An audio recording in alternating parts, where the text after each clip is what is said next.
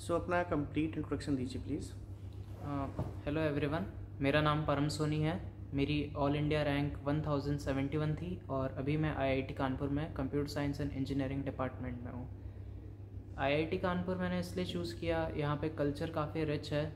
ये one of the best IITs है और एकेडमिक एंड करिकुलम वाइज ये एक स्ट्रक्चर्ड आईआईटी है। बाकी आईआईटीज़ का जब मैंने सुना और जब मैंने पूछा था तो कंपैरेटिवली मुझे ये एक बेटर ऑप्शन लगा, इसलिए मैंने ये आईआईटी चूज़ करी।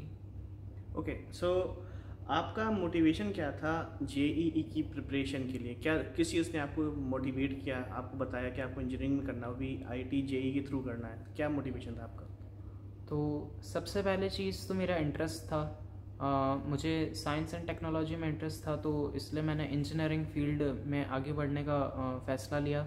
उसके बाद जब मुझे पता चला कि इसमें अच्छे कॉलेजेस कौन से हैं, तो उसमें मुझे पता चला आईआईटीज़ जो है ये काफ़ी अच्छी फैसिलिटीज़ प्रोवाइड करती है। यहाँ पे जो लैब्स होती है, यहाँ पे जो लेक्चर्स होते हैं और जो अलग प्रैक्टिकल चीज़ें यहाँ पे है, वो दूसरे कॉलेज में आपको नहीं मिलेगी।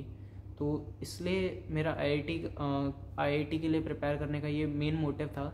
सेकंड मोटिव मेरा ये भी था कि मैं बहुत ही अच्छे फाइनेंशियल बैकग्राउंड से नहीं आता हूँ, तो it was like if I go to an IIT so it would be beneficial for my family. Okay, so आपने खुद से प्रिपरेशन की थी या फिर किसी चीज़ की या किन्हीं की आपने हेल्प ली थी? हाँ, तो मैंने प्रिपरेशन जो है खुद से करी थी और बीच बीच में मुझे मेरे कुछ पुराने स्कूल टीचर्स थे, उनसे हेल्प मिल जाती थी और मेरे कुछ फ्रेंड्स जो आईआईटी पहले से जा चुके थे, उनसे मुझे कभी कुछ हेल्प मिल जाती थी, या मेरे कुछ मेंटर्स मुझे हेल्प कर देते थे कुछ डाउट्स में। और जैसे कि आपने बताया कि आपने प्रिपरेशन खुद की, तो आपको क्या चैलेंजेस फेस करने पड़े इनिशियल डेज में? क्योंकि शुरुआत में जब प्रैक्टिस करते हैं तो काफ़ी मुश्किल रहता है कि कैसे तैयारी करें, कैसे प्रिपेयर करें। ये पार्ट सबसे मुश्किल होता है कि स्टार्ट कैसे करें। तो उस पर बताइए, बच्चे कैसे मतलब स्टार्ट करें, आपने क्या चैलेंजेस फेस किए थे, उस पर बताइए थोड़ा सा डिटेल में। ठीक है, इनिशियल डेज में मुझे 3 चैलेंजेस आ रहे थे। सबसे पहला था टाइम मैनेजमेंट। मैं मेरा टाइम मैनेज नहीं कर पा रहा था। मैं मेरा time particularly theory, question practice और रिवीजन, इन 3 चीज़ों में डिवाइड नहीं कर पा रहा था। एक ये चैलेंज। सेकंड चैलेंज वॉज मतलब कि मुझे एडिक्वेट क्वेश्चन प्रैक्टिस मुझे कहाँ से करनी चाहिए। क्वेश्चंस बहुत सारे हैं, मैं बहुत सारी जगह से कर सकता हूँ, बट कौन सी चीज़ रिलायबल है वो। और तीसरा था सिटिंग। मतलब मैं ज़्यादा देर तक शुरुआत में नहीं बैठ पाता था। शुरुआत में मैं जितना एडिक्वेट अमाउंट ऑफ टाइम देना है किसी चीज़ को, उतना मैं नहीं दे पाता था। तो ये 3 प्रॉब्लम आई थी। तो शुरुआत मैंने करी टाइम मैनेजमेंट को लेकर कुछ टाइम टेबल्स बनाने के लिए। मैं वीकली टाइम टेबल्स बनाता था कि इस वीक में मुझे अगर ये चैप्टर्स कंप्लीट करना है तो मैं किस तरह से मेरा टाइम सेट कर सकता हूँ, किस तरह से मेरे आवर्स में बांट सकता हूँ ताकि मेरे ये चैप्टर्स कंप्लीट हो। तो वो वहाँ से धीरे धीरे करके मेरी टाइम मैनेजमेंट वाली प्रॉब्लम सॉल्व हुई। सेकंड चीज़ थी क्वेश्चन प्रैक्टिस। तो उसमें कुछ मुझे मेरे पुराने टीचर्स ने कुछ बुक्स रेफ़र करी कि आप इससे क्वेश्चन कीजिए। तो मैं एक बुक लेता था और उससे उससे क्वेश्चंस मैं इस तरह से करता था कि अगर इस कॉन्सेप्ट में बन के अगर कुछ क्वेश्चन आता है तो मैं वो क्वेश्चन कर ही लूँगा। मेरा फोकस ये नहीं था कि मैं एकदम ज़्यादा से ज़्यादा क्वेश्चन करूँ। मेरा क्वेश्चन ये था मैं क्वालिटी क्वेश्चंस करूँ और अगर वहाँ से कुछ बन के क्वेश्चंस एग्ज़ाम में आते हैं तो मैं वो अच्छे से कर सकूँ। तीसरी चीज़ थी सेटिंग पावर। तो वो ग्रेजुअली मेरी इंक्रीज़ होती गई जब मैं क्वेश्चंस करने लगा। और एक माइंडसेट से ऐसे चलता था कि मैं ऐसा नहीं सोचता था कि आज मुझे 8 घंटे बैठना है। मैं ये सोचता था कि आज मुझे ये टॉपिक्स कवर करना है। तो मेरी सेटिंग जो है ऑटोमेटिकली अच्छे से डेवलप होती रही। ओके, सो जैसा कि आपने बताया कि आप जोधपुर से हैं, तो स्पेशली जोधपुर में क्या चैलेंजेस अगर सिटी वाइज हम देखते हैं कि क्योंकि हर सिटी का अपना रिसोर्स अलग होता है, क्योंकि कोचिंग्स या स्कूल्स की बात करते हैं, टीचर्स की बात करते हैं, तो सिटी वाइज कहीं ना कहीं मेजर डिफरेंस आ जाता है। तो स्पेशली जोधपुर के अकॉर्डिंग आपको क्या चैलेंजेस फेस करने पड़े, वो उस पर बताइए ज़रा। आपके घर के लोकेशन, स्कूल और बाकी सब जो भी यहाँ पर पैरामीटर्स उनको ध्यान में रखते हुए जोधपुर के कंडीशन के अकॉर्डिंग अपना बताइए, क्या प्रॉब्लम्स आपको हुई, क्या आपको उसमें हेल्प मिली, इस पर पूरा बताइए। जिस तरह से मैं जोधपुर में रहता था तो मेरे पेरेंट्स उन्होंने इस चीज़ में बिलीव नहीं किया कि वो मुझे कोटा भेजे और वहाँ मैं जाके प्रिपेयर करूँ। तो मैं जोधपुर में रहा, और जोधपुर में भी मैं एक एरिया में रहता था, Kudi Bhagtasni, which was not so developed. So मेरा मेन फोकस इतना ज़्यादा कोचिंग में और नहीं था, बट मतलब ये एक छोटी सी प्रॉब्लम थी कि मैं उस तरफ इंक्लाइन नहीं था, कोचिंग और उस साइड। बट लेकिन सेल्फ स्टडी में मैं कुछ चीज़ें ऐसी कर पा रहा था जिससे मुझे मदद मिली। और there was one more thing, मुझ पर ये पीयर प्रेशर नहीं था जिस तरह से मैं कोटा में सुनता हूँ कि, या बाकी कोई भी जैसे दिल्ली में लोग प्रिपेयर कर रहे हैं, जहाँ पे कोचिंग इंस्टीट्यूट में जैसे लोग प्रिपेयर करते हैं तो थोड़ा प्रेशर आ जाता है। तो मैं फॉर्चुनेट इनफ था कि मेरे पे वो प्रेशर नहीं था, मैं मेरी स्पीड के अकॉर्डिंग पढ़ सकता था, मेरी लर्निंग कैपेसिटी के अकॉर्डिंग पढ़ सकता था, और मैं हर समय ऐसे काम रहता था, मतलब मुझ पर लोड नहीं रहता था, तो मेरे रिजल्ट्स बेहतर आते रहते थे।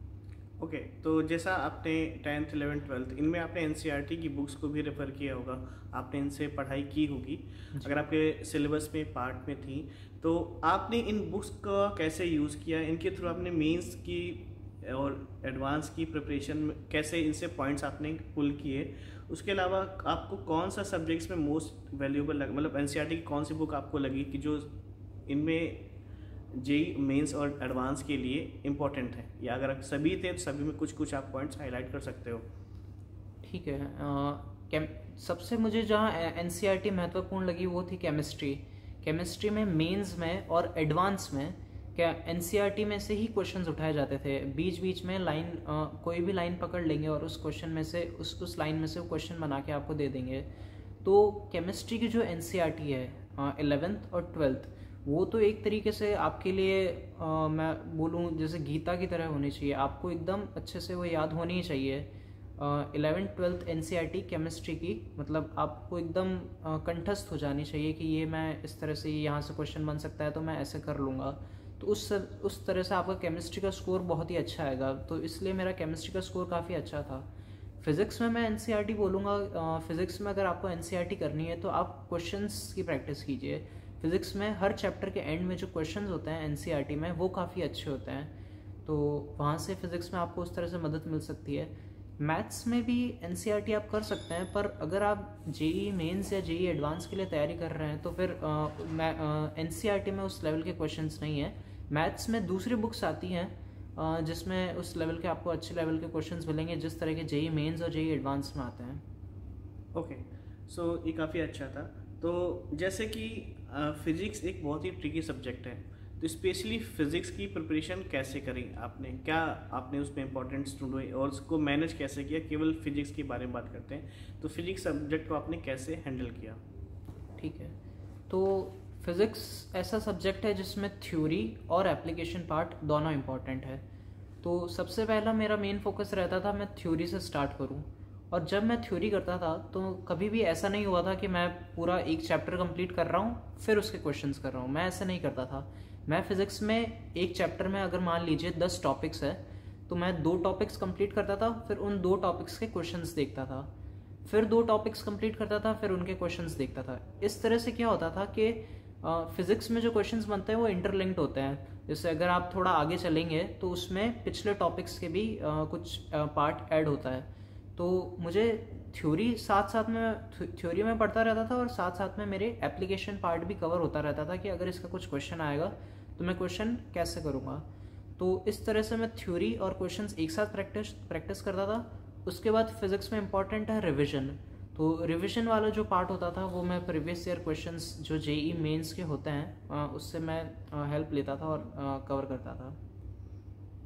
ओके सो अब बात करते हैं हम केमिस्ट्री की। तो केमिस्ट्री याद करने में थोड़ा सा डिफ़िकल्टी होती है लोगों को, क्योंकि उसके फॉर्मूलेज वगैरह ऐसे रहते हैं। तो फिर केमिस्ट्री को आपने याद कैसे रखा, ठीक है, कैसे याद किया आपने? और अगर कोई बुक है फिजिक्स में भी कोई बुक आप अगर रेफ़र करना चाहते हो उसका नाम बता सकते हो, इसी तरह केमिस्ट्री में भी कोई बुक हो तो आप उसका नाम रेफ़र कर दीजिएगा।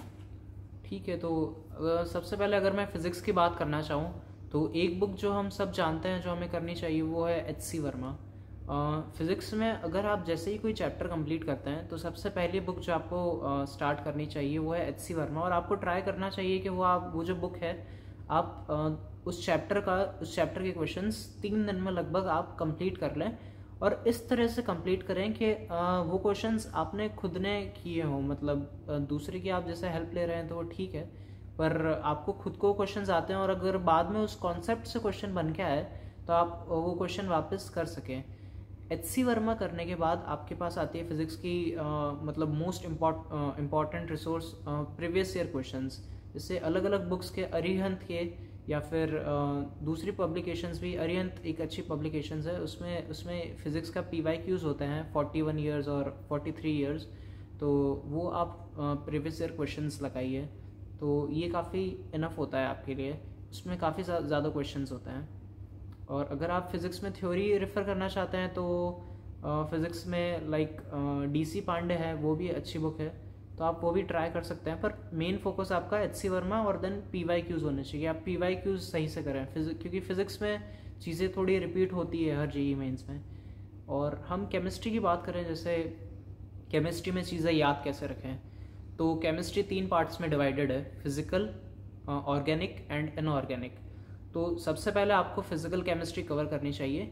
फिज़िकल केमिस्ट्री में practice is more important than कोई भी चीज़ मतलब ज़्यादा रिवाइज करें। फिज़िकल केमिस्ट्री में आपको ज़्यादा प्रैक्टिस चाहिए, तो आप पहले उसके कॉन्सेप्ट्स पढ़िए और फिर उसके प्रीवियस ईयर क्वेश्चन से और NCERT के जो फिज़िकल चैप्टर्स के जो क्वेश्चन हैं उनकी आप प्रैक्टिस कीजिए। वो आप अच्छे से वो आप मतलब अच्छे से सॉल्व कर सकें, आप खुद को उतना ऐसे डेवलप कीजिए। फिर आती है ऑर्गेनिक। ऑर्गेनिक में भी पहले आप कुछ, जैसे अगर आप कहीं से लेक्चर्स देखते हैं, वीडियो लेक्चर्स ऑनलाइन, तो पहले आप वो ऑनलाइन लेक्चर्स कंप्लीट कीजिए और लेक्चर्स को रोज़ रिवाइज कीजिए। ऑर्गेनिक केमिस्ट्री में revision is more important. Organic chemistry आपको रोज़ करनी पड़ेगी। लगभग आप अगर रोज़ आधा घंटा ही टाइम दे तो चलेगा, आधा घंटा 1 घंटा जितने भी आपकी कैपेसिटी है, पर आप रोज़ थोड़ा थोड़ा करें उसको, तो वो आपके लिए अच्छा रहेगा। और फिर एंड में आपको NCERT लेके बैठनी है और देखना है। NCERT में ऑर्गेनिक की रिएक्शंस देखनी है। आप ऐसे रिएक्शन देखिए और फिर उसको उस तरह से रिकॉल कीजिए, अच्छा हाँ ये मैंने नोट्स में ये रिएक्शन उधर लिखी थी, ये मेरे नोट्स में ये मुझे इस लेक्चर में रिएक्शन वहाँ दिखी थी। तो इस तरह से आप ऑर्गेनिक की चीज़ें रिकॉल कीजिए। और इनऑर्गेनिक जो है उसको आप लास्ट के JEE मेंस के 4 महीने पहले शुरू कीजिए या थोड़ा लास्ट के लिए बचा के रखिए, जो मेरा प्लान था। कुछ इजी चैप्टर्स होते हैं इनऑर्गेनिक में जो आप पहले कर सकते हैं, पर कुछ अगर ऐसे चैप्टर्स हैं जिसमें आपको प्योर याद करना है, मतलब केवल आपको उसमें रटनी है चीज़ें, तो वो आप लास्ट के 4 महीने के लिए बचा के रख सकते हैं और फिर तब शुरू कर सकते हैं।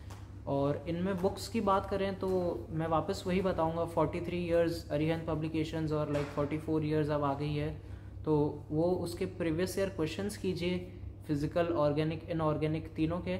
और इनऑर्गेनिक में आपके लिए NCERT आपको अच्छे से याद होनी चाहिए। मैंने देखा है, मैंने NCERT इनऑर्गेनिक की इतनी अच्छे से करी थी, मुझे याद है कि मतलब हाँ इस NCERT में इस चैप्टर की इस लाइन से क्वेश्चन उठा के डायरेक्टली वो पूछ लेते हैं, तो NCERT काफ़ी सही है। और अगर आपको ऑर्गेनिक में जैसे कुछ बुक्स, अगर आप चाहते हैं मैं कुछ बुक्स बताऊं, तो ऑर्गेनिक में एक सोलोमोन करके एक बुक आती है, वो ऑर्गेनिक केमिस्ट्री के लिए अच्छी है। इनऑर्गेनिक में JD ली करके एक बुक आती है, वो भी काफ़ी अच्छी है, पर वो तब जब आप NCERT कंप्लीट कर लें। JD ली काफ़ी अच्छी है, एडवांस वाले भी उसे थोड़ा फॉलो करते हैं, पर वो सब तब है जब आप NCERT कंप्लीट करें। NCERT मेरे हिसाब से आपके लिए काफ़ी होगी। सो अब हम बात करेंगे कि मैथ की प्रैक्टिस कैसे की जाए। मैथ्स क्योंकि एक बहुत बड़ा एक उसमें रहता है सिलेबस, बहुत मेजर पार्ट रहता है और टाइम कंज्यूमिंग भी है, तो हम कैसे मैथ्स की प्रैक्टिस करें कि फटाफट उसके आंसर भी ले सकें, हम किस तरह से उसकी प्रैक्टिस करें कि चीज़ें हमारे लिए ईजी हो जाए मैथ्स में। और इसके साथ अगर बुक्स कोई हों तो भी आप बता सकते हो। ठीक है, तो मैथ्स में थ्योरी का पार्ट थोड़ा कम रहता है, मैथ्स में क्वेश्चंस पार्ट ज़्यादा रहता है, क्योंकि उसमें आप क्वेश्चन से ही चीज़ें सीखते हैं, क्वेश्चन से ही कंसेप्ट्स निकल के आते हैं। तो जितनी भी थ्योरी है पहले आप उसे कवर करें, समझें, फिर उसके बाद आप मैथ्स में क्वेश्चंस लगाना स्टार्ट कीजिए। मैथ्स में आपको मोमेंटम बनाना पड़ेगा। शुरुआत में आप क्वेश्चंस बिना टाइमर के करिए कि आप किस तरह से किसी क्वेश्चंस को ऐसे सॉल्व कर सकते हैं, और आपका फोकस ज़्यादा होना चाहिए क्वेश्चंस को पूरा सॉल्व करने पर। तो उस तरह से एक सेट कीजिए कि मैं 30 क्वेश्चंस ये मैं करता हूँ, मुझे ये सॉल्व करना है। बाद में धीरे धीरे आप अपनी स्पीड बढ़ाइए, फिर आपका मोमेंटम बढ़ेगा। उसमें फिर आप टाइमर लगा के ट्राई कर सकते हैं कि हाँ ठीक है, मैंने इतने सेट ऑफ क्वेश्चंस कर लिए हैं, मुझे कुछ आइडिया हो रहा है, अब मैं ये जो नेक्स्ट 25 क्वेश्चंस है ये मैं 1 घंटे में ट्राई करता हूँ पूरे करने का, 1 घंटे में या 1.5 hours according to your learning capacity. ठीक है। सो अब हम बात करेंगे कि जो जेई एडवांस के क्वेश्चंस हैं, मैथ्स के, फिजिक्स के, केमिस्ट्री के, ये थोड़ा सा डिस्क्रिप्टिव होते हैं। सो इनको कैसे हम सॉल्व करें, इन पे मतलब स्पेशली अगर एडवांस की बात करते हैं तो एडवांस के लिए हम किस तरह से प्रैक्टिस करें, इनके क्वेश्चंस को हम कैसे सॉल्व कर सकते हैं? ठीक है। तो अगर मैं फ़िज़िक्स की बात करूं तो फिज़िक्स में कुछ ऐसी बुक्स हैं जो आपको हेल्प करती है एडवांस क्वेश्चन करने में, जैसे कि डीसी पांडे, उसमें काफ़ी अच्छे एडवांस के क्वेश्चंस होते हैं। और DC Pandey and then PYQs, उसके जो प्रीवियस ईयर जो भी जैसे एडवांस के जो पेपर्स हैं लास्ट, सबसे पहले आपको लास्ट 10 ईयर्स जो प्रीवियस ईयर पेपर्स हैं उनके फिज़िक्स के क्वेश्चंस करने चाहिए।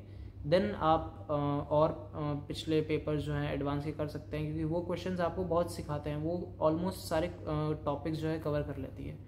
केमिस्ट्री में कुछ एडवांस अगर क्वेश्चन आप ऐसे ट्राई करना चाहते हैं कि किस तरह से बड़े क्वेश्चंस जो पैराग्राफ टाइप क्वेश्चंस आते हैं किस तरह से उन्हें हैंडल करें, तो फिजिकल केमिस्ट्री के लिए there is a book RC Mukherjee, और ऑर्गेनिक केमिस्ट्री के लिए एक बुक है MS Chauhan, and inorganic chemistry के लिए there is a book JD Lee that I told you. तो ये जो बुक्स है ये काफ़ी हेल्प करती है आपको, इनसे आप प्रैक्टिस कर सकते हैं जो डिस्क्रिप्टिव क्वेश्चंस होते हैं एडवांस के, वो कंप्लीट करने में। मैथ्स में अगर मैं आपको बताऊं कि आप अगर एडवांस क्वेश्चन प्रैक्टिस करना चाहते हैं तो there is a book called Vikas Gupta, तो अगर आप वो रेफ़र करेंगे तो उससे आपकी काफ़ी अच्छी प्रैक्टिस होगी किस तरह से आप मैथ्स के क्वेश्चन एग्ज़ाम में हैंडल करें। और ऑल्सो एक टाइमर लेके जो प्रीवियस ईयर क्वेश्चंस है मैथ्स के भी, previous 10 years question of JEE advance only, वो भी आप सॉल्व करें तो वो काफ़ी कुछ सिखाएंगे आपको। सो अब हम बात करेंगे इंटर टॉपिक्स की, मतलब ऐसे क्वेश्चंस जो ऑर्डर में नहीं रहते जेई एडवांस में, सो उनको कैसे हम हैंडल करें, उनको आपने कैसे मैनेज किया था? ओके, सो इसके लिए कुछ ऐसे क्वेश्चंस जो पर्टिकुलरली NCERT में नहीं है या फिर जिस तरह से हमें लेक्चर्स में नहीं मिलते, तो कुछ मिसलेनियस टॉपिक्स होते हैं लाइक डीसी पांडे में आपको मिल जाएंगे, जैसे इंटर टॉपिक्स के डीसी पांडे या फिर विकास गुप्ता में, जैसे there is an exercise at the end like exercise 1, exercise 2, exercise 3, और फिर होती है मिसलेनियस एक्सरसाइजेज। तो उसमें कुछ इस तरह के सवाल होते हैं कि हाँ ये थोड़े इंटर टॉपिक्स हैं, तो वो आप रेफ़र कर सकते हैं, वहाँ से ट्राई कर सकते हैं। ओके, सो जैसा कि जो पार्ट 11th में छूट जाता है या पार्ट पढ़कर हम पास होकर के 12th में आ जाते हैं और 12th के टाइम हम जेई की प्रिपरेशन कर रहे होते हैं, सो उन टॉपिक्स को हम 12th में 11th के टॉपिक्स को 12th में कैसे रिवाइज करें, क्योंकि 12th में 12th का सिलेबस भी रहता है, जेई का हम पढ़ ही रहे होते हैं, तो फिर 11th का जो एक्स्ट्रा पार्ट है वो हम कैसे कवर करें? तो जो बेस्ट तरीका है मुझे जो लगता था रिवाइज करने का, उसमें ये है कि आपको मान लीजिए 11th का कोई भी एक चैप्टर रिवाइज करना है, तो आप वो चैप्टर लीजिए और उस चैप्टर के सबसे पहले डायरेक्टली आप क्वेश्चंस शुरू कर दीजिए, क्वेश्चंस ट्राई करना। आप देखिए, आप ऐसे एक टाइम सेट कीजिए कि 1 घंटे में मैं ये 20 क्वेश्चंस या 25 क्वेश्चंस ट्राई करता हूँ, उसमें से आप देख लीजिए आपसे कितने क्वेश्चंस हुए। जो क्वेश्चंस हुए फाइन, जो क्वेश्चंस नहीं हुए अब उनकी थ्योरी देखिए। जब आप क्वेश्चंस ट्राई करने के बाद उनकी थ्योरी देखेंगे तो सारी चीज़ें आपको एकदम रिकॉल हो जाएगी कि हाँ ये यहाँ पे ये थ्योरी थी।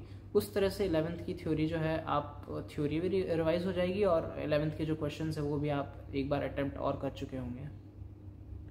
इसके अलावा how do you manage your time for preparation for papers, how many hours are you given to a particular subject? ठीक है, तो टाइम मैनेजमेंट में मेरा ये था कि मुझे रोज़ कंसिस्टेंट रहना है। मतलब मुझे ऐसा नहीं था कि मैं कोई एक मोटिवेशन वीडियो देखूं और मैं एक दिन 14 आवर्स या 16 घंटे पढ़ लूँ, ऐसा नहीं था। मेरे केस में ये था कि रोज़ मुझे 9 घंटे पढ़ना है, रोज़ मुझे 9 घंटे या रोज़ मुझे 10 घंटे पढ़ना है। ये 9 घंटे स्कूल का पार्ट में एडेड था या apart from school? No, apart from school. ये आपको खुद के लिए 9 आवर्स और लाइक 8 आवर्स आपकी कैपेसिटी के अकॉर्डिंग आपको खुद के लिए डिसाइड करने पड़ेंगे। मतलब ऐसा नहीं है कि आप मतलब 3 दिन 16 घंटे पढ़ लिए और 4 दिन कुछ नहीं पढ़े। बेटर ये रहेगा आप 8 घंटे या 9 घंटे रोज़ 7 डेज पढ़ें। और उसमें अगर आपको सब्जेक्ट्स के बीच में डिवाइड करना है तो वो इंडिविजुअल पे डिपेंड करता है। से मेरा ये था कि मैं ट्राई करता था मैं तीनों सब्जेक्ट एक दिन में करूं, तो उसमें मैं तीन घंटे और केमिस्ट्री के लिए 2 घंटे, इस तरह से मैं डिवाइड कर लेता था मेरा टाइम। और अगर आपको आपकी जो कैपेसिटी है, अगर उसमें आपको ऐसा लगता है कि आप 2 सब्जेक्ट्स करेंगे एक दिन में 4 आवर्स और 4 आवर्स, तो आप वैसे भी कर सकते हैं। ओके, सो जैसे आपने बताया कि 8 घंटे 9 घंटे आप रेगुलरली अपार्ट फ्रॉम स्कूल देते थे, सो दिमाग में काफ़ी चीज़ें चलती होंगी, फिर इसको शांत करने की ज़रूरत भी पड़ती होगी, तो आपने माइंड को काम कैसे रखते थे? आप योगा करते थे, साइकिलिंग करते थे, या कोई और स्पोर्ट्स आप प्ले करते थे? क्योंकि सिर्फ पढ़ाई करते रहने से तो कहीं ना कहीं स्ट्रेस बढ़ती जाती है, तो स्ट्रेस को कैसे हैंडल करते थे आप? तो स्ट्रेस को मैं ऐसे हैंडल करता था, मेरे घर के पास एक पार्क था, तो मैं जनरली कभी वहाँ पे 15 मिनट के लिए या फिर आधे घंटे के लिए, या कभी मुझे ज़्यादा स्ट्रेस हो जाता था तो मैं 45 मिनट्स के लिए वहाँ पार्क में जाता था और घूमता था, और पढ़ाई के बारे में कुछ भी नहीं सोचता था वहाँ, बस शांति से बैठता था और मेरी ब्रीथ पे फोकस करता था। और अगर कुछ मुझे स्पोर्ट्स खेलना होता था तो मेरा ये एक प्लान था कि हफ्ते में मैं एक बार कुछ ना कुछ खेल ही लूँ। तो मैं जैसे बैडमिंटन मुझे अच्छा लगता था खेलना, तो मैं बैडमिंटन खेलता था इस तरह से।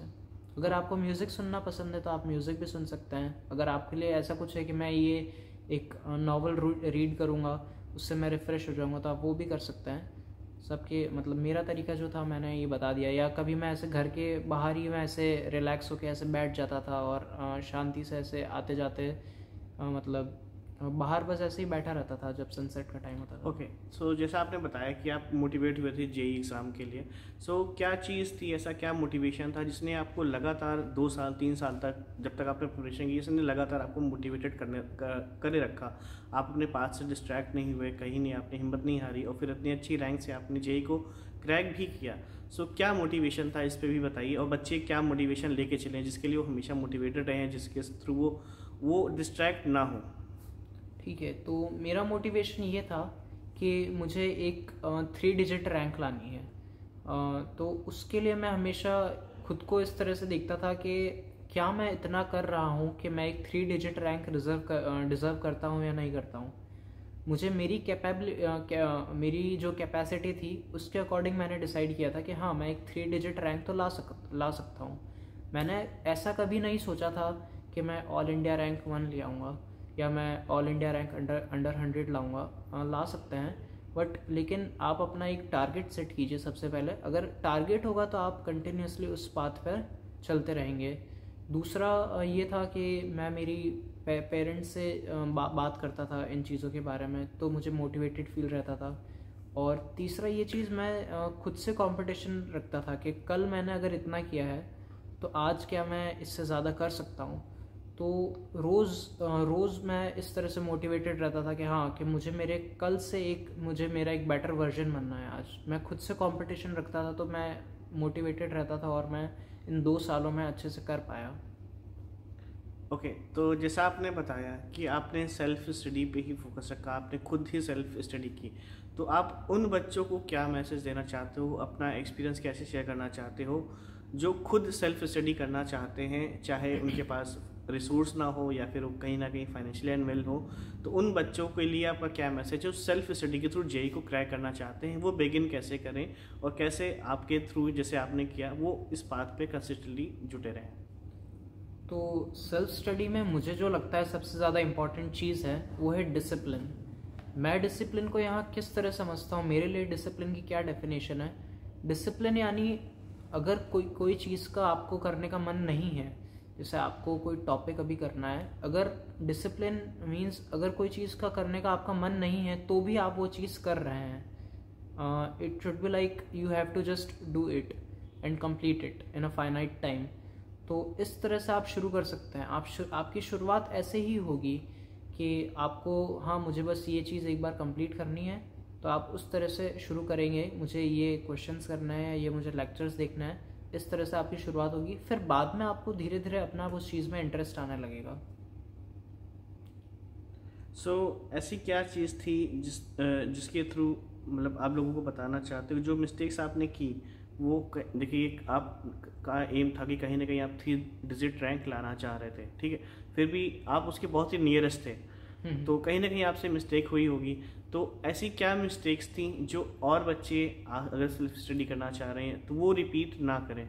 तो इस पर थोड़ा सा आप बताइए, आपसे क्या मिस्टेक्स हुई या आप क्या रिग्रेट करते हो अभी जो आप नहीं कर पाए, क्योंकि तैयारी के टाइम को बहुत सारी चीज़ें फेस करनी पड़ी होंगी।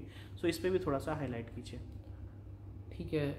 एक मिस्टेक जो मेरे से शुरुआत में हुई थी वो थी, मैं थोड़ा कभी प्रोक्रास्टिनेट कर लेता था। मतलब मैं ऐसे सोचता था, मैं काम को आगे टाल देता था कि ये काम मैं इस संडे को कर लूँगा, या फिर ये काम जो है मैं कुछ 2-3 दिन बाद कर लूँगा, ये क्वेश्चंस मुझे करने हैं तो ये मैं थोड़े क्वेश्चंस बाद में देख लूँगा। तो ये आपको नहीं करना है। अगर आपने डिसाइड किया है अपने प्लान के अकॉर्डिंग कि आज मैं 50 क्वेश्चंस करूँगा, तो आप 50 क्वेश्चंस करिए, आप 40 क्वेश्चंस करके मत छोड़िए चीज़ों को। तो एक तो ये चीज़। सेकंड चीज़ जो मुझे मेरी मिस्टेक लगी वो ये था कि मैं जैसे जेईई मेंस हुआ उसके बाद मैं थोड़ा रिलैक्स हो गया। तो इस जो 2 साल की प्रिपरेशन होती है, आप ये देखिए, आप कभी थोड़े से भी ऐसे लंबे टाइम के ऐसे ब्रेक्स मत दीजिए खुद को। ऐसा नहीं होना चाहिए जैसे आप स्टार्ट भी कर रहे हैं, अगर आप 11th में भी हैं तो ऐसा नहीं होना चाहिए कि आप 4 दिन तो खूब पढ़े पर 3 दिन आपने बिल्कुल पढ़ाई नहीं करी। तो वो चीज़ नहीं होनी चाहिए। वो मेरे साथ कभी कभी हुई है, बट मैंने उसको बाद में सही भी किया है। तो मैं बस यही चाहूँगा कि आप कंसिस्टेंट रहें। ओके, सो आपके अकॉर्डिंग प्रिपरेशन स्टार्ट करने का सबसे बेस्ट टाइम क्या है? 10th में स्टार्ट कर देनी चाहिए, 11th में, या उसके बाद बच्चों को स्टार्ट करना चाहिए? तो ये डिपेंड करता है। मेरे अकॉर्डिंग जो मैं सोचता हूँ, 11th से अगर आप स्टार्ट कर रहे हैं तो भी आपके पास एम्पल फुल टाइम होता है कि आप अपनी जो प्रिपरेशन है वो अच्छे से कर सकें। और मतलब 10th में आप वैसे बेसिकली आपका फोकस बोर्ड्स पे रहता है, तो 11th is a good time to start. Okay, so कोई और एडवाइस जो अपने जूनियर्स को आप देना चाहोगे अपने एक्सपीरियंस के अकॉर्डिंग? बस डिसिप्लिन रहिए, कंसिस्टेंट रहिए और फोकस रहिए कि आप ये करना क्यों चाहते हैं। बस यही है। So how to prepare in 30 days like the exam? ठीक है, अगर किसी को 30 डेज में जैसे एग्ज़ाम्स आ गए, बिल्कुल पास, प्रिपरेशन नहीं है, तो 30 डेज के अराउंड वो कैसे प्रिपरेशन करें? आपकी क्या स्ट्रेटजी होती कि जो होगी, how to cover lots of topics in JEE? So JEE के लिए जैसे 30 दिन बचते हैं, लास्ट के 30 दिन, उसकी प्रिपरेशन कैसे करे आदमी? ठीक है, तो उसमें आपको करना ये है कि आपको थ्योरी ज़्यादा कंज्यूम नहीं करनी है। उस समय आपको क्वेश्चंस पे ज़्यादा फोकस करना है, क्योंकि उस छोटे से टाइम में जितना आप क्वेश्चंस सिखाएंगे उतना थ्योरी नहीं सिखा पाएगी। मुझे मतलब कुछ ऐसे चैप्टर्स पता है जो मुझे अच्छे से नहीं आते थे, बट उस चैप्टर के मैंने जैसे 20 से 30 क्वेश्चन किए, और अगर उस चैप्टर का एग्ज़ाम में क्वेश्चन आया है तो मैं करके आ पाया हूँ। जेईई मेंस में ऐसा होता है। तो अगर आपके पास ज़्यादा टाइम नहीं है, आपके पास कम टाइम है, तो फटाफट जो शॉर्ट नोट्स होते हैं कहीं पे, या फिर फटाफट थ्योरी आप जल्दी से कंप्लीट कीजिए और क्वेश्चंस पे आप ज़्यादा टाइम दीजिए। तो उस तरह से आप 30 डेज़ में चीज़ें कर सकते हैं। सो एग्ज़ाम के 3 महीने पहले, 3 महीने पहले क्या स्ट्रेटजी होनी चाहिए बच्चे की? वो कैसे प्रिपेयर करें अपने जो आखिरी के 3 महीने हैं, चाहे वो मेंस हो चाहे वो एडवांस हो, वो कैसे वो स्पेंड करें, किस तरह से प्रिपरेशन करते हुए उन्हें स्पेंड करना चाहिए? ठीक है, तो अब जैसे अगर हम माने कि आपने 11th में प्रिपरेशन शुरू करी, 11th और 12th, तो उसमें काफ़ी टाइम होता है। अब जब आपके पास लास्ट में 3 महीने बच रहे हैं, तो उसमें आप ये कीजिए, अब आप चीज़ें समेटिए, अब आप रिवीजन कीजिए, देखिए आप क्वेश्चंस कर पा रहे हैं कि नहीं कर पा रहे हैं, और जो आपका स्ट्रॉन्ग टॉपिक है उसको स्ट्रॉन्ग कीजिए, और जो थोड़ा वीक टॉपिक है उसके बारे में भी थोड़ा थोड़ा पढ़िए। ठीक है, और बेसिकली मेन चीज़ ये है कि जैसे आप वो टॉपिक्स ढूंढिए कि जिसमें मार्क्स ज़्यादा आ सकते हैं। जैसे जेईई मेंस में अगर आपको एक हार्ड टॉपिक से 4 नंबर मिल रहे हैं, 4 नंबर मिल रहे हैं, और एक कोई इजी टॉपिक है उससे भी 4 नंबर मिल रहे हैं, तो उन दोनों का वो दोनों सेम मायने रखते हैं। तो आप देखिए कौन से ऐसे इजी टॉपिक्स है जिससे आप मार्क्स ज़्यादा स्कोर कर सकते हैं, तो उस पर आप फोकस कीजिए ज़्यादा, और फिर जो आपके स्ट्रॉन्ग टॉपिक है और जो हार्ड टॉपिक है उनको भी धीरे धीरे कवर कीजिए। ओके, सो पूरी इंटायर जर्नी में, ठीक है, जो भी आपने 2 या 3 सब्जेक्ट पढ़े थे, ठीक है, उसमें सेल्फ स्टडी ने कितना बड़ा रोल प्ले किया? मतलब आपको क्या लगता है कि सेल्फ स्टडी से कितना ज़्यादा आपको बेनिफिट हुआ? ओके, तो इसमें 80% रोल जो था वो मेरी सेल्फ स्टडी का था, और जो 20% था वो मैंने कुछ मेरे मतलब जो पुराने स्कूल टीचर्स थे या मेरे कुछ भैया थे उनसे मैंने मदद ली। तो हाँ, सेल्फ स्टडी ने एक काफ़ी मेजर रोल प्ले किया है, और अगर आप सेल्फ स्टडी करते हैं तो आप चीज़ें कवर कर सकते हैं। आप कोई एक बुक भी अगर पकड़ के चले कि हाँ इस बुक को मैं ढंग से करूँगा, तो भी आप काफ़ी अच्छा कर सकते हैं। ओके, सो अब बात करते हैं कि आपके जैसे मंथली टेस्ट कैसे होते थे, क्योंकि आप जेई की प्रिपरेशन कर रहे थे। सो स्कूल के जो मंथली टेस्ट होते थे वो, उसके अलावा जो रैंक वाला आप टेस्ट करते हो कहीं ना कहीं आप किस बेस पे हो, तो दोनों टेस्ट का रिजल्ट आप शेयर कीजिए। एक तो स्कूल का, दूसरा अगर जी की रैंक का कहीं टेस्ट कर देता है तो दोनों आप टेस्ट का बताइए कि मंथली आप परफॉर्मेंस कैसे थी और कैसे डे बाय डे वो इम्प्रूव हुई है, डिक्रीज हुई, इस पर थोड़ा सा लाइट कीजिए। ठीक है, तो टेस्ट देने के लिए मैंने एक टेस्ट सीरीज़ ज्वाइन कर ली थी। अलग अलग टेस्ट सीरीज़ है मार्केट में, आप कोई भी ज्वाइन कर सकते हैं। तो जैसे मैंने आकाश की टेस्ट सीरीज़ ज्वाइन करी थी, तो जो भी आपको नॉमिनल लगे तो वो आप ज्वाइन कर सकते हैं। उसमें जैसे कुछ 30 टेस्ट थे, तो मैं ये सोचता था कि हर वीक में मुझे एक टेस्ट देना है, वो काफ़ी होता था। आप एक टेस्ट दीजिए एक वीक में, वो काफ़ी है, और 30 टेस्ट तो आपके लिए बहुत होता है, मतलब तो आप उस तरह से टेस्ट दे सकते हैं। तो उसमें ये होता था, अगर आप सबसे पहले मैंने एक टेस्ट दिया, और टेस्ट देने से सबसे पहले तो घबराना नहीं है। अगर आपकी प्रिपरेशन भले ही पूरी है या फिर अभी आपकी प्रिपरेशन पूरी नहीं है, टेस्ट देना ज़रूरी है। आप टेस्ट दीजिए। अब टेस्ट देने के बाद आप उस टेस्ट को स्टडी कीजिए कि इस टेस्ट में मैं ऐसे स्टडी करता था कि मेरा जो स्ट्रॉन्ग टॉपिक था उसका क्वेश्चन मैं कर पाया कि नहीं कर पाया, कौन से ऐसे टॉपिक्स थे जो इजी थे, और क्योंकि मैंने उन्हें नहीं पढ़ा था तो मैं उन्हें क्वेश्चन को नहीं अटेम्प्ट कर पाया, तो अगली बार से मैं ऐसे क्वेश्चंस को अटेम्प्ट करूँगा। तो उस तरह से उन टेस्ट को ये देखिए कि गो थ्रू होइए उन टेस्ट से। और एक मैं ऐसे देखता था कि मुझे इतना पर्टिकुलर स्कोर लाना है, तो उसके लिए मैं हर सब्जेक्ट में कितने कितने मार्क्स लाऊंगा, ऐसा आप एक मन में एक खुद के लिए एक ऐसे बना के चलिए, एक ऐसे गोल या ऐसे एक टारगेट रखिए मन में कि हाँ मुझे इतने मार्क्स लाने हैं। और जैसे कोई टेस्ट होता था, जैसे एक टेस्ट है जिसमें मेरे 300 में से 200 मार्क्स आए, टेस्ट नंबर 4 या टेस्ट नंबर 5 में कोई भी, अभी मेरे 200 मार्क्स आ रहे हैं, तो मैं अगली बार कोशिश करता था, अगली बार मेरे मार्क्स उससे ज़्यादा है, अगली बार मेरे 220 आए, या अगली बार मेरे 225 मार्क्स आए 300 में से।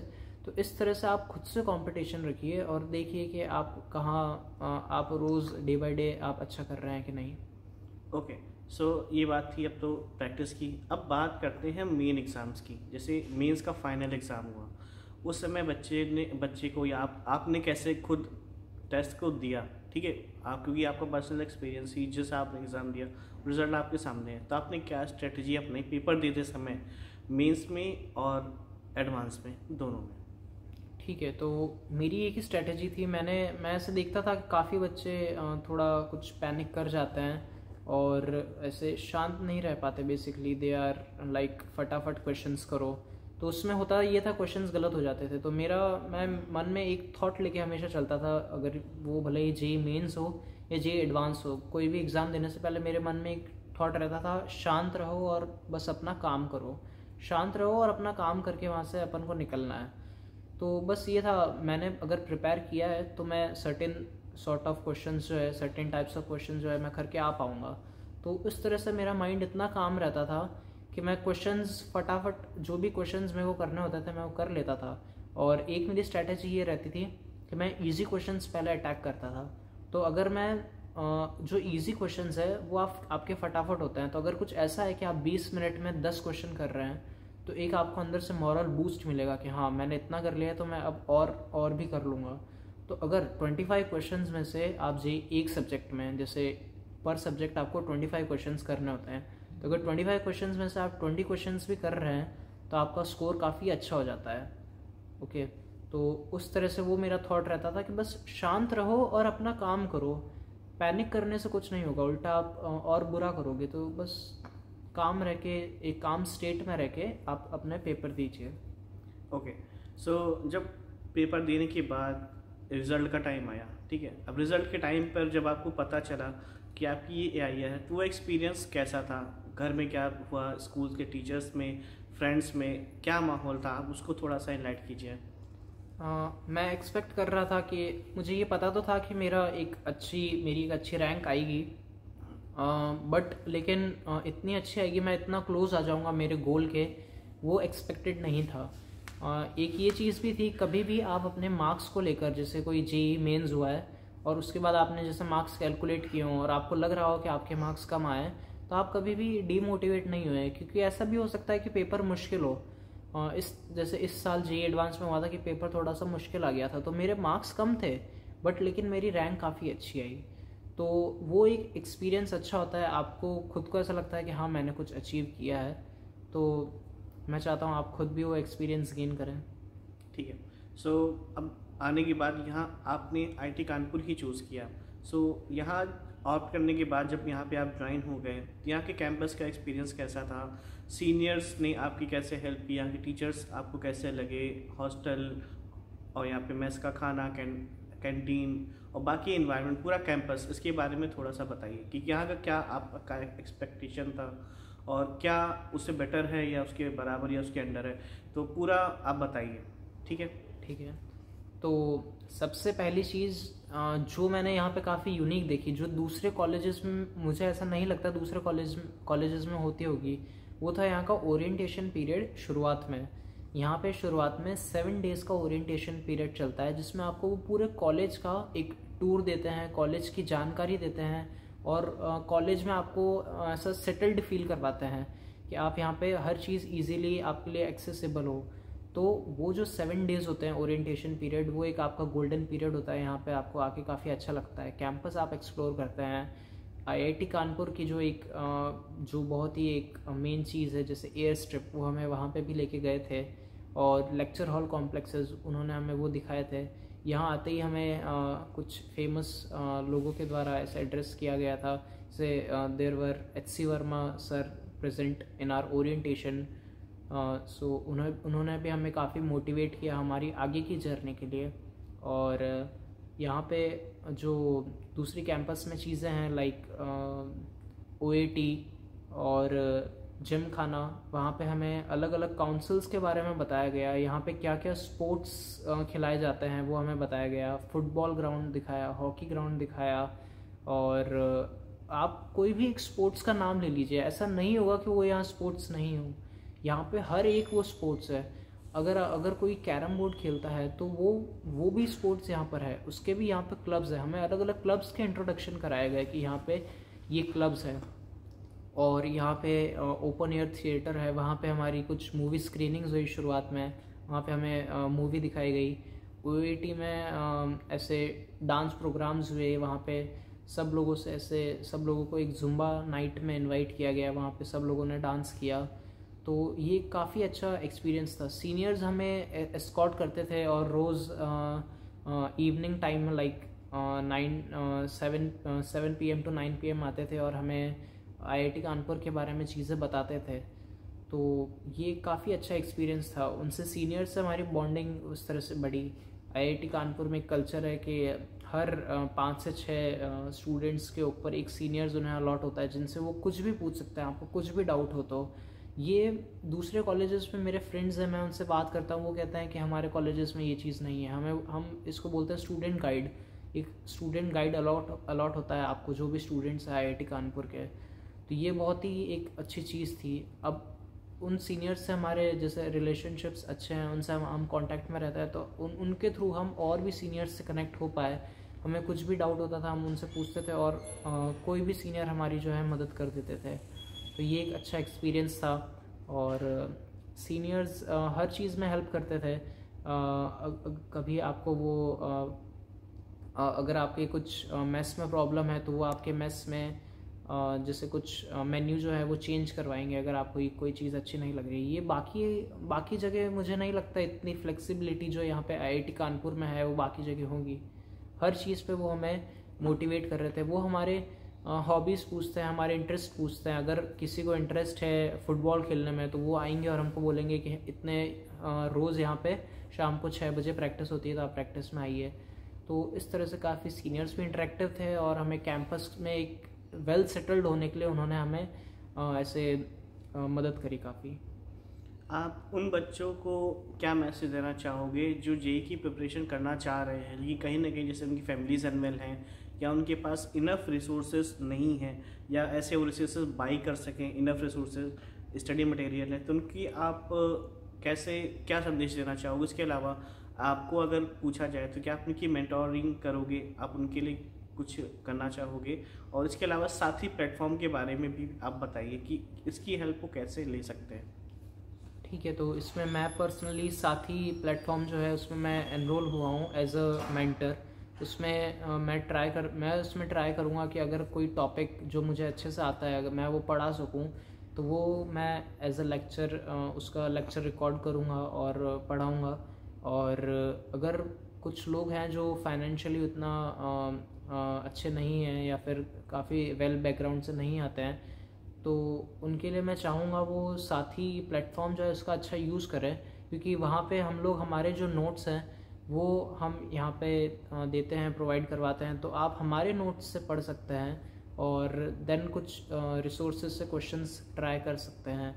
और नॉर्मल्स आप एक PYQ अगर आप PYQs भी ट्राई करेंगे तो वो भी काफ़ी इनफ होगी। और जैसे जो साथी प्लेटफॉर्म है वो भी आपको कुछ रिसोर्सेज प्रैक्टिस शीट्स देंगे तो आप वो ट्राई कीजिए, वो आपके लिए काफ़ी बेनिफिशियल रहेगा। क्या आप मेमोरी कर्व को फॉलो करते हो? अगर हाँ तो कैसे आपको उसके बारे में पता चला, कैसे आप अपनी लाइफ में इसको अप्लाई करते हो? तो मेमोरी कर्व जो था मैंने जेई के टाइम पे थोड़ा सा फॉलो किया था। इसमें ये था कि अगर मैं कोई टॉपिक कर रहा हूँ तो मैं उसको कितने टाइम तक याद कर सकता हूँ, मतलब उसको वो चीज़ मुझे कितने टाइम तक याद रह रही है। तो मेरे पास एक डायरी थी, उसमें मैं इस तरह से लिखता था कि एक ये मैंने टॉपिक किया है तो इसका क्वेश्चन मैं हर 1 महीने बाद इसके ये क्वेश्चंस ट्राई करूँगा, भले ही मैं 5 क्वेश्चंस ट्राई करूँगा। तो मैं देखता था कि हर 1 महीने बाद वो मैं याद रख पा रहा हूँ कि नहीं रख पा रहा हूँ। तो वो एक तरीके से मेरे ऐसे मेमोरी कर्व ऐसे रहता था कि हाँ मैं क्वेश्चंस कर पा रहा हूँ कि नहीं कर पा रहा हूँ। कभी कभी ऐसा होता था कि हाँ मैं ये भूल जाता हूँ, अगर मैं भूल गया तो मैं उनकी वापस थ्योरी देख लेता था। तो जैसे ही मैं उनकी थ्योरी देखता था अब वो मुझे और ज़्यादा टाइम के लिए याद रहते थे। ओके, सो आप उन बच्चों को क्या मैसेज दोगे जो अभी करंटली प्रिपेयर कर रहे हैं आने वाली जेई एग्ज़ाम्स के लिए, एडवांस के लिए, तो उनको आप क्या मैसेज देना चाहेंगे? क्योंकि अभी बोर्ड्स एग्ज़ाम्स हो गए हैं तो अब एग्ज़ाम्स देखिए आने वाले हैं, तो अब काफ़ी कम टाइम बचा है, तो उनको आप क्या मैसेज देना चाहोगे? हाँ, तो अगर सबसे पहले अगर आपका जेई मेंस नहीं हुआ है तो जेई मेंस पे पहले फोकस कीजिए। पहले जेई मेंस के कॉन्सेप्ट्स अच्छे कीजिए। जेई मेंस में आप जितना अच्छा कर सकते हैं उतना अच्छा स्कोर कीजिए। एक बार जेई मेंस ख़त्म होता है तो अगर आपका परसेंटाइल अगर आपके 98 परसेंटाइल से अबव है या अगर आपको लगता है आपका स्कोर वेल इनफ है 97 परसेंटाइल से भी ऊपर है, फिर आप जेई एडवांस की तैयारी कीजिए। फिर आप डिस्क्रिप्टिव क्वेश्चंस कीजिए जो मैंने बुक्स बताई है, केमिस्ट्री में MS चौहान, मैथ्स में विकास गुप्ता, फिज़िक्स में DC पांडे एंड PYQs। फिर आप डिस्क्रिप्टिव क्वेश्चन यहाँ से ट्राई कीजिए जेई एडवांस के लिए। कंसिस्टेंस रहिए, रोज़ शांत दिमाग से क्वेश्चन कीजिए, क्योंकि एंड में ये होता है कि लोगों में ऐसे ऐसे मतलब वो जल्दी करने के ऐसे ट्राई करते हैं कि मैं कैसे ज़्यादा क्वेश्चंस करूं। वो ज़रूरी नहीं है। अब आपको आराम से क्वेश्चंस करना है, फटाफट क्वेश्चंस करना है, मतलब कम समय में क्वेश्चन मुझे करना है, पर लेकिन ऐसे हड़बड़ाहट नहीं होनी चाहिए, मन में घबराहट नहीं होनी चाहिए, दिमाग शांत रह के क्वेश्चन आपको करना है।